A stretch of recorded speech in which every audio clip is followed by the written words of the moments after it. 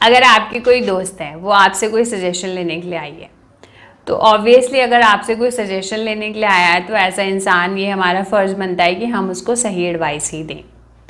तो अगर वो आपको एक सिचुएशन बताती है कि मैं इस सिचुएशन की वजह से परेशान हूँ, तो एज़ अ फ्रेंड आप देख पाते हो कि यहाँ पे मेरी फ्रेंड जो है ना, ये गड़बड़ कर रही है, तो इसको यहाँ पे खुद को चेंज करने की ज़रूरत है। ये यहाँ पे इसका जो बिलीफ सिस्टम है, उसके कारण ये गलत एक्शन लेती जा रही है और उसकी वजह से इसको परेशानी हो रही है, पर ये खुद से नहीं समझ पा रही। पर अब क्या मैं इसको ये डायरेक्टली बात बोल सकती हूँ? अगर मैंने इसके मुंह पे इसको बोल दिया कि तू यहाँ पे गलत है, तो ये तो नहीं हमारा रिलेशनशिप ख़राब हो जाएगा। तो सबसे पहली सलाह, एडवाइस या सजेशन सिर्फ उसी इंसान को दो सबसे पहले जो आपसे पूछने आया है, और क्या आपकी फीडबैक ले वो इंसान रेडी है, जिसको इंग्लिश में एक टफ लव कहते हैं, कि हाँ मैं आपसे प्यार करती हूँ, आपकी बात को समझती हूँ, पर अब अगर मैं यहाँ पे सजेशन दे रही हूँ तो अब मैं सिर्फ इसलिए नहीं बोलूँगी कि मुझे आपका मन रखना है। जो सच्चाई है, जो एक्चुअली चीज़ के ऊपर एक्शन लेने की ज़रूरत है, जहाँ पे आपकी गलती है वहाँ पे आपको काम भी करना पड़ेगा। तो अगर तो हमारा रिलेशनशिप डीप है, सामने वाले के साथ अंडरस्टैंडिंग अच्छी है, तो वो हमारी बात को सही तरीके से लेगा। पर अगर हमारा रिलेशनशिप डीप नहीं है, तो पहली बात तो ऐसी जैसे टफ लव वाली सजेशन उसको देनी ही नहीं चाहिए, और बिना मांगे तो कभी भी सजेशन नहीं देनी चाहिए।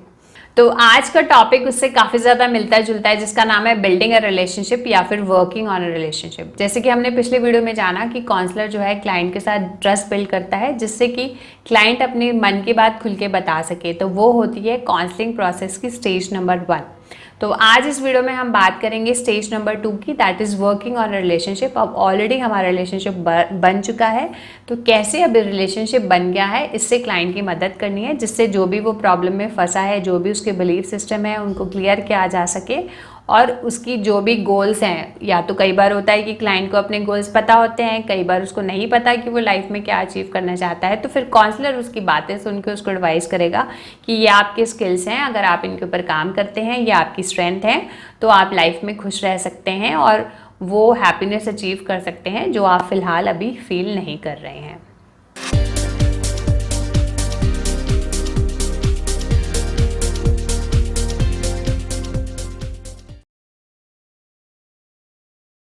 हेलो फ्रेंड्स, मैं हूँ मोनिका और वेलकम करती हूँ आपका अपने चैनल में। तो वर्किंग ऑन रिलेशनशिप मतलब अब हमारा रिलेशनशिप बन चुका है, तो सबसे पहले आता है चेंजिंग परसेप्शन। इसका क्या मतलब है? अब इसका मतलब ये है कि क्लाइंट कुछ माइंडसेट से काउंसलर के पास आया है। अब वो माइंडसेट हो सकता है कि उसमें कुछ चेंजेस लाने की ज़रूरत हो। सपोज़ करो एक क्लाइंट बोले कि मैं तो जी लाइफ में कभी भी मुझे सक्सेस नहीं मिली, मैं एक लूज़र हूँ, मेरे पास बिल्कुल कॉन्फिडेंस नहीं है, जिस भी चीज़ में मैं हाथ डालता हूँ वो चीज़ ख़राब हो जाती है। अब ये जो क्लाइंट का बिलीफ सिस्टम है, तो एज अ काउंसलर उसको कहेगा कि पहले आप मुझे बताओ कौन से इंसिडेंसेस आपकी लाइफ में हुए हैं जिसकी वजह से आपको ऐसा लगता है। तो क्लाइंट ने अपनी स्टोरी सुना दी, फिर उसके बाद उसने बोला मैंने तब ऐसे सोचा था तो मेरा जो है मेरा काम नहीं बना। उसने 2-3 कहानियाँ सुना दी। फिर उसके बाद क्लाइंट उसको और क्वेश्चन करेगा कि बताओ सिर्फ क्या इन 2-3 चीज़ों की वजह से आप ओवरऑल अपने बारे में ये इमेज बना सकते हो। कभी तो आपकी लाइफ में ऐसा कुछ हुआ होगा ना कि आपने अचीव किया हो। फिर वो उसको बोलेगा कि अपने दिमाग पे जोर डालो, सोचो कि कभी तो आपको सक्सेस मिली होगी, चाहे वो छोटी हो चाहे बड़ी हो। ऐसा तो नहीं है कि कभी भी ना मिली हो। तो फिर उसके बाद क्लाइंट अपने दिमाग पे जोर डालेगा, बोलेगा हाँ हाँ तब मुझे मिली थी, तब मुझे ऐसा अच्छा लगा था। तो फिर क्या होगा कि वो एक बिलीफ सिस्टम के साथ आया था, काउंसलर ने उसकी बात सुन के, उसकी बातों को एनालाइज करके ये समझा कि मुझे अब इसका ये बिलीफ सिस्टम को ब्रेक करना है और इसको ये रियलाइज़ कराना है कि जो ये अपने बारे में सोच रहा है वो सच नहीं है, ये उससे बहुत ज़्यादा चीज़ों के लिए कैपेबल है जो ये खुद के बारे में सोच रहा है या फिर खुद को समझता है। तो कई बार जो है इंसान खुद से अपने स्किल्स या फिर अपनी स्ट्रेंथ या फिर अपनी कैपेबिलिटीज़ को नहीं जान पाता। काउंसलर उसकी बातें सुन के ये एनालाइज कर पाता है कि ये इंसान की कुछ स्ट्रेंथ एरिया है, अगर ये इन पे काम करे तो इसको बहुत ज़्यादा फ़ायदा हो सकता है। जैसे कि मैं एक बुक पढ़ रही थी, उस बुक में एक एग्जाम्पल दिया था। उसमें लिखा था कि एक नॉवेलिस्ट थी, वो नॉवल लिखती है, अब वो पब्लिशर के पास अपना नॉवल लेके जाती है। तो अब पब्लिशर वैसे तो उसको जानता है, पर एज अ प्रोफेशन अलग है और जो पर्सनल रिलेशनशिप है वो अलग है। तो जब वो उसका नावल पूरा पढ़ता है तो फिर वो उससे पूछती है कि तुमको मेरा नावल कैसा लगा। तो वो कहता है कि दिस इज़ जस्ट रबिश। अगर तुम मुझसे सीरियसली पूछोगे कि ये तुम्हारा नावल जो है ये बिल्कुल बेकार है, पर मैंने देखा कि तुम जो नावल के अंदर स्टोरी टेलिंग है ना तुम्हारी, वो बहुत अच्छी है। मतलब तुम्हारा किसी चीज़ को एक्सप्लेन करने का तरीका, उसको बताने का तरीका वो बहुत अच्छा है कि जब मैं वो पढ़ रहा था तो जो भी तुम मुझे बोल रही थी उसकी पिक्चर मेरे सामने चलती जा रही थी। तो क्या तुम नॉवल पे फोकस ना करके तुम स्टोरी टेलिंग पे अपना फोकस शिफ्ट कर लो। क्योंकि अगर कोई चीज़ किसी चीज़ में एक्सपर्ट है, अगर एक्सपर्ट बोल रहा है कि आपका ये एरिया इतना स्ट्रेंथ वाला एरिया नहीं है बल्कि ये आपकी स्ट्रेंथ है, अगर आप इस पर काम करो तो आप आउटशाइन कर सकते हो, आप एक्सीलेंस को पा सकते हो। तो उस समय अगर वो बंदी स्टोरी टेलिंग में अपना फोकस लगाए तो वो बहुत कुछ वो अचीव कर सकती है जो फ़िलहाल वो अचीव नहीं कर पा रही है। तो अगर सिमिलरली एग्जांपल है, अगर सचिन तेंदुलकर क्रिकेट खेलता है और अगर उसके मम्मी पापा उसके पीछे यही पड़े रहते कि तू पढ़ाई में अच्छा हो जा, तू पढ़ाई में अच्छा हो जा, तो वो कभी भी सचिन तेंदुलकर नहीं बन पाता। तो इसलिए काउंसलर क्या करता है, वो क्लाइंट की स्ट्रेंथ को आइडेंटिफाई करता है और उसको हेल्प करता है ये बताने में कि अगर तुम इस एरिया में काम करोगे ना तब तुम्हारी सक्सेस के चांसेस जो है काफ़ी ज़्यादा बढ़ सकते हैं। अब क्लाइंट भी है, वो इतनी जल्दी तो काउंसलर की बात मानने नहीं वाला है। तो यहाँ पे काउंसलर के लीडरशिप स्किल्स भी बहुत ज़्यादा इम्पॉर्टेंट है कि क्या वो जो क्लाइंट है उसको अपनी बातों पे विश्वास दिला पाता है, क्या उसको वो समझा पाता है कि जो मैं कह रहा हूँ ये सच है। क्योंकि किसी की सोच बदलना इतना आसान तो है नहीं। जो इंसान इतने सालों से अपनी सोच के ऊपर निर्भर है, वो अपने बारे में यही सोचता है, तो मिनटों मिनटों वो अपनी सोच को बदलने नहीं वाला है। तो क्या काउंसलर के अंदर लीडरशिप क्वालिटीज़ हैं, क्या वो उसको वो सपने, वो दुनिया, वो हकीकत दिखा सकता है जो जिसके वो कैपेबल है, तभी काम चलेगा। नहीं तो वो विश्वास ही नहीं कर पाएगा, वो कहेगा नहीं नहीं आप बोलते रहो जी, मेरे में तो है ही नहीं कॉन्फिडेंस। तो जो काउंसलर है उसके अंदर लीडिंग या फिर लीडरशिप क्वालिटीज़ होनी चाहिए कि जो भी वो सपने उसको बोल रहा है वो उसको इमेजिन कर पाए, उसको क्लाइंट को लगे अरे हाँ हाँ ये तो मेरी ज़िंदगी बड़ी सही हो सकती है, बड़ी ज़बरदस्त हो सकती है। तो जब काउंसलर के अंदर ऐसी क्वालिटी होगी तभी वो क्लाइंट की मदद कर पाएगा। तो उसके अंदर लीडरशिप स्किल्स या फिर लीडिंग क्वालिटी जो है वो होनी बहुत ज़रूरी है। जब भी हम काउंसलर की क्वालिटीज़ की बात करते हैं, एम्पैथी तो जो ऐसा वर्ड है कि वो होना ही है। अगर वो काउंसलर के अंदर क्वालिटी नहीं है तो काम चलने नहीं वाला है। तो क्या वो क्लाइंट की दुनिया को समझ पा रहा है, क्या वो उसकी दुनिया में एंटर कर पा रहा है, उसकी सोच के हिसाब से, उसकी जो वे ऑफ थिंकिंग है उसके हिसाब से जज कर पा रहा है कि इस टाइम उसके मन पे क्या चल रहा है। तो एम्पैथी एक्यूरेट मतलब कई बार क्या होता है कि क्लाइंट को खुद ही नहीं पता होता कि उसको क्या प्रॉब्लम है। तो जब काउंसलर उसकी बातें सुन रहा है तो वो एनालाइज कर पा रहा है उसकी कुछ चीज़ों को, उसको क्लाइंट को बताएगा अच्छा ये बात थी इससे, तो अच्छा क्लाइंट कहेगा अरे ये तो मैंने सोचा ही नहीं। तो जो काउंसलर है उसको इतने ज़्यादा इंटेलिजेंट होना चाहिए कि वो क्लाइंट की बात को समझ सके और कुछ ऐसा भी उसको बता सके जो क्लाइंट को खुद भी नहीं पता। तो एम्पैथी कितने टाइप की होती है इसके लिए मैं अलग से वीडियो बनाऊंगी, बहुत ही इंटरेस्टिंग टॉपिक है। इसमें 4 पॉइंट्स और हैं जिनको मैं डिटेल में डिस्कस करना चाहूँगी, उसके लिए फिर अलग वीडियो बनाती हूँ। फिर नेक्स्ट क्वालिटी या फिर वर्किंग ऑन अ रिलेशनशिप वो है काउंसलर का सेल्फ डिस्क्लोजर। कई बार क्या होता है कि सामने वाला बंदा ना अपनी बात को बताने के लिए हेजिटेट कर रहा होता है।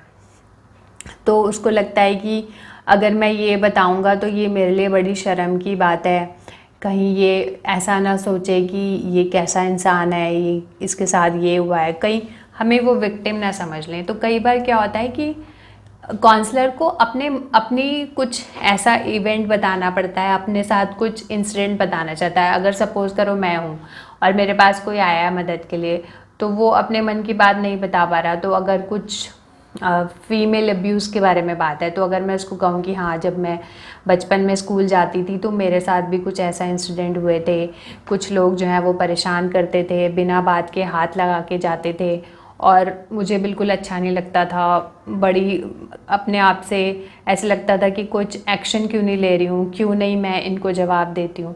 तो जब हम अपना कुछ ऐसा इंसिडेंट बताते हैं जिससे कि सामने वाले बंदे को थोड़ी हिम्मत मिले, उसको ऐसा लगे कि हाँ इस इंसान को वो समझ है जो मैं कहना चाहती हूँ, तो फिर वो हमें अपने मन की बात जो है ज़्यादा खुल के बताते हैं। तो कई बार क्या होता है, हमें अपना कुछ इंसिडेंट या फिर अपनी लाइफ से कुछ रिलेटेड बताना पड़ता है, जिससे कि सामने वाला क्लाइंट जो है वो खुल सके और उसे कोई हेजिटेशन ना रहे कुछ भी बात बताने में। नेक्स्ट पॉइंट कोई भी रिलेशनशिप में आता है अनकंडीशनल पॉजिटिव रिगार्ड। तो अगर क्लाइंट हमारे पास आया है, वो दूसरे कल्चर का है, अगर वो बूढ़ा है या फिर कोई गांव से आया है, तो उसको ये फीलिंग आ जानी चाहिए कि मेरी बात जो है वो ध्यान से सुनी जा रही है, कोई डिस्क्रिमिनेशन नहीं किया जा रहा है। जितनी एक किसी और इंसान की बात को वैल्यू दी जाएगी, उतनी ही वैल्यू मेरी बात को भी दी जाएगी। कई बार क्या होता है कि अगर हम कहीं पे बात करने के लिए जाते हैं तो देखते हैं दूसरे इंसान के साथ तो ये जो बंदा है बड़ी बात कर रहा है, पर जब मेरी बारी आई तो इसने मेरे को 2 मिनट में ही वेला करके भेज दिया। तो ये फीलिंग नहीं आनी चाहिए। जो क्लाइंट है उसको ये फीलिंग आनी चाहिए कि मेरी बात को, जितने दूसरे की बात को वैल्यू दी जाती है, चाहे मैं गांव से हूँ, चाहे मैं किसी और कल्चर से हूँ, या फिर मेरे रिलीजन में कोई फ़र्क है, मेरी बात को उतनी ही वैल्यू दी जाएगी जितनी किसी और इंसान को दी जाती है। जब क्लाइंट अपनी फीलिंग्स को बता रहा होता है, काउंसलर को बहुत ध्यान देना पड़ता है कि वो क्या बोल रहा है, उसकी बॉडी लैंग्वेज पे ध्यान देना पड़ता है, उसकी सोच पे ध्यान देना पड़ता है। जैसे अगर मैं कोई परेशानी की बात करूं तो मेरी शक्ल थोड़ी ऐसी अजीब से हो जाएगी, या फिर मैं खुश हूं तो मैं कहूँगी हाँ हाँ तब मुझे बहुत अच्छा लगा था। तो ये सारे बॉडी जेस्चर्स को भी काउंसलर बहुत ज़्यादा ध्यान से देखता है, जिससे कि वो समझ सके कि क्लाइंट के मन में क्या चल रहा है। जैसे कि सबसे पहले आ रहा है इसमें इफेक्टिव रिस्पॉन्डिंग। इसका मतलब है कि उसकी फीलिंग्स के ऊपर फोकस करना कि क्या वो खुश है बताते वक्त, क्या वो उदास है, क्या चल रहा है उसके मन में। उसके बाद जो सेकंड टर्म है वो है बिहेवियर रिस्पॉन्डिंग, मतलब इस टाइम वो कैसा बिहेव कर रहा है, क्या वो ऐसे थोड़ा सा हलचल हो रही है उसको, या फिर वो काम है, या फिर रिलैक्स फील कर रहा है, या फिर गुस्सा आ रहा है, तो मतलब उसका बिहेवियर कैसा है।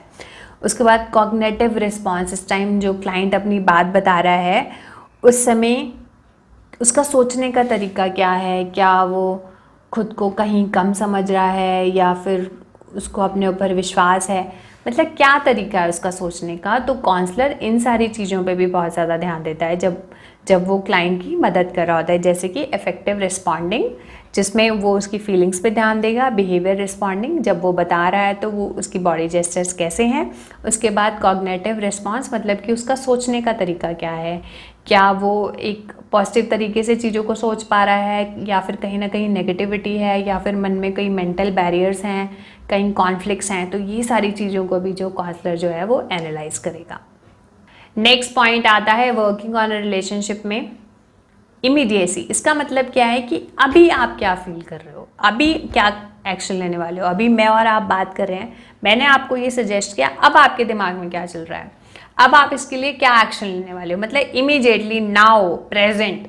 तो काउंसलर उसको प्रेजेंट में लेके आता है, अभी हम सोल्यूशन निकालने वाले हैं, इस पे अब आप क्या एक्शन लेने वाले हो, मतलब कि नाउ पे। ये नहीं कि पुरानी कहानियां बोलते जा रहे हो, नहीं, अब क्या करना है जिससे कि हम जो भी प्रॉब्लम है, जो भी सिचुएशन है, इससे बाहर निकलें।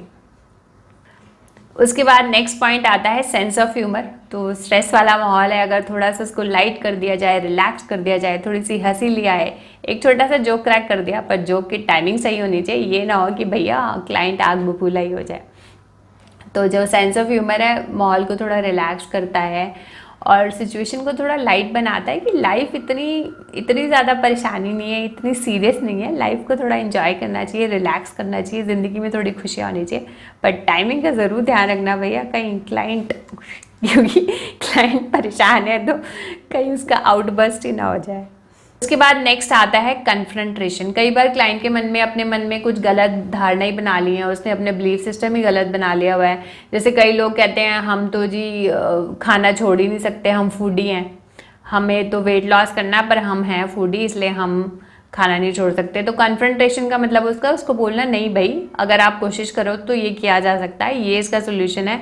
अगर आप इंटरमिटेंट फास्टिंग करते हो, 14 घंटे के लिए इंटरमिटेंट फास्टिंग करते हो, तो आप कहीं ना कहीं वेट लॉस के प्रोसेस में एंटर कर जाते हो और आपका वेट लॉस कम होने लग जाएगा। थोड़ा सा डाइट में चेंज कर दो, आप थोड़ा सा अपने खाने में चेंज कर दो। तो कन्फ्रंटेशन का मतलब है कि क्लाइंट के मन में जो गलत धारणा है, गलत बिलीव सिस्टम है, उसको स्ट्रांगली बोलना, नहीं ये गलत है, अब आपको यहाँ पे चेंज करने की ज़रूरत है, अब आप अगर इसको चेंज करेंगे, कुछ एक्शन लेंगे, तभी आपको रिजल्ट मिलेगा, नहीं तो नहीं।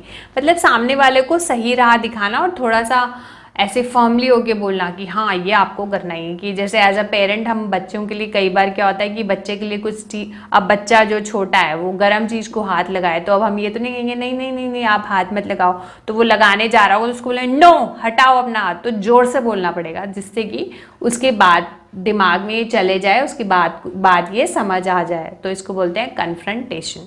नेक्स्ट पॉइंट है ट्रांसफरेंस एंड काउंटर ट्रांसफरेंस। इसका मतलब क्या होता है कि कई बार क्या होता है कि जैसे क्लाइंट के मन में ना कुछ दबा हुआ है, कुछ ऐसे बचपन से कुछ दबा हुआ है, वो गुस्सा है किसी के ऊपर, मतलब किसी ने उसके साथ गलत किया और वो कभी ना उसको गुस्से से नहीं बोल पाया।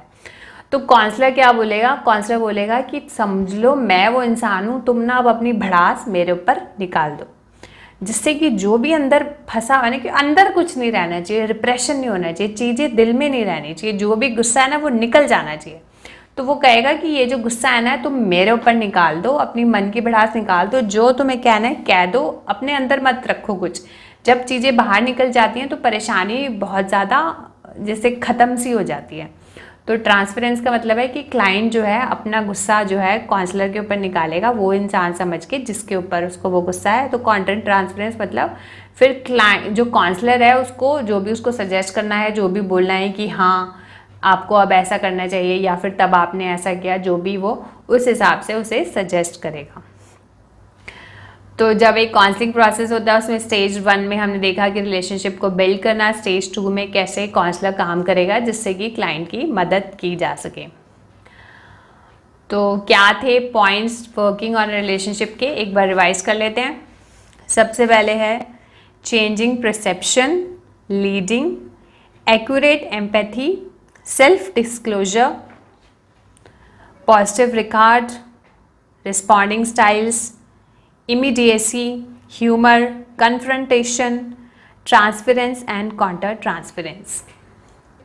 तो दोस्तों आज इस वीडियो में हमने जाना बिल्डिंग अ रिलेशनशिप और वर्किंग ऑन अ रिलेशनशिप।